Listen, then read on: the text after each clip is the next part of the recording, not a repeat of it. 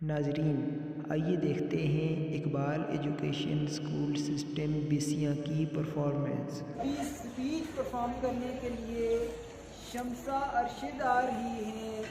Iqbal education school system کی student ہیں، class 7 کی۔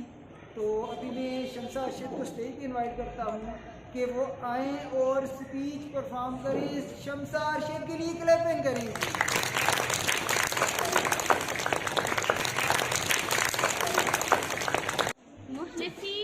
لطافت کو مٹا دیتی ہے، بشر کو بشر کی اوقات بلا دیتی ہے۔ آؤ اس ماں کی زبانی بھی کوئی بات سنے، روز بچوں کو بھوکا ہی سلا دیتی ہے۔ اس کے دامن میں لگے داغ یہی کہتے ہیں، بھوک تہذیب کی ادا مٹا دیتی ہے۔ جناب صدر، سردیوں کی ٹھٹھرتی ہوئی رات، منہ لپیٹے ایک مجبور ماں اپنے نامولود بچے کو ایک ہی سینٹر کے باہر پڑے جھولے میں ڈال جاتی ہے۔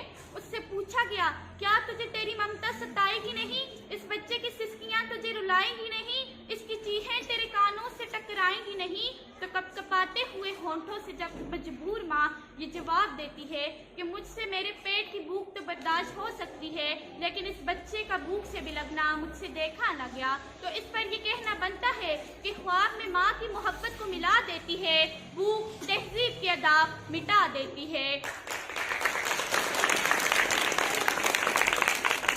جناب صدر، آج اس معزز اور باوقار عوام نے، قائد عوام نے جو قرارداد پیش کی کہ ہم معاشی نہیں بلکہ اخلاقی بدحالی کا شکار ہیں، میں اس کی سخت مذمت کرتی ہوں، کیونکہ جس اخلاقی بدحالی کا وہ رونا رو کر کے، وہ اخلاقیات تو خود معاشیات کی محتاج ہے۔ آئیے دلائل سے بات کریں کہ چند ٹکڑوں اور قابل گزارا دودھ کی قلت سے تھرڈ پارکنگ میں دم توڑنے والے بچوں کا اصل مسئلہ اخلاقیات نہیں بلکہ معاشیات ہے۔ غربت سے تنگ آ کر بشرا نامی خاتون اپنے 2 معصوم بچوں کے ساتھ چلتی ہوئی ٹرین سے ٹکرا جائے، اس کا اصل مسئلہ اخلاقیات نہیں بلکہ معاشیات ہے۔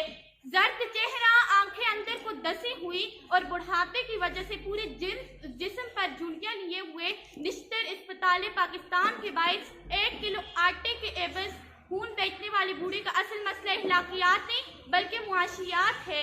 چہرہ بتا رہا تھا کہ مارا ہے بھوک نے، اور لوگ کہہ رہے تھے کہ کچھ کھا کے مر گیا۔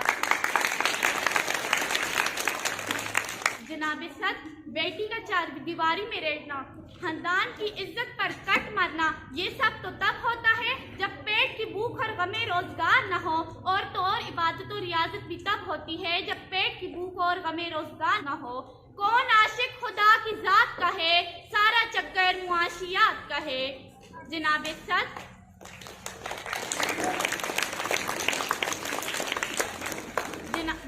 صدر، آج کشمیر کو اپنے گھروں میں بند ہوئے 1.5 سال گزر گیا ہے۔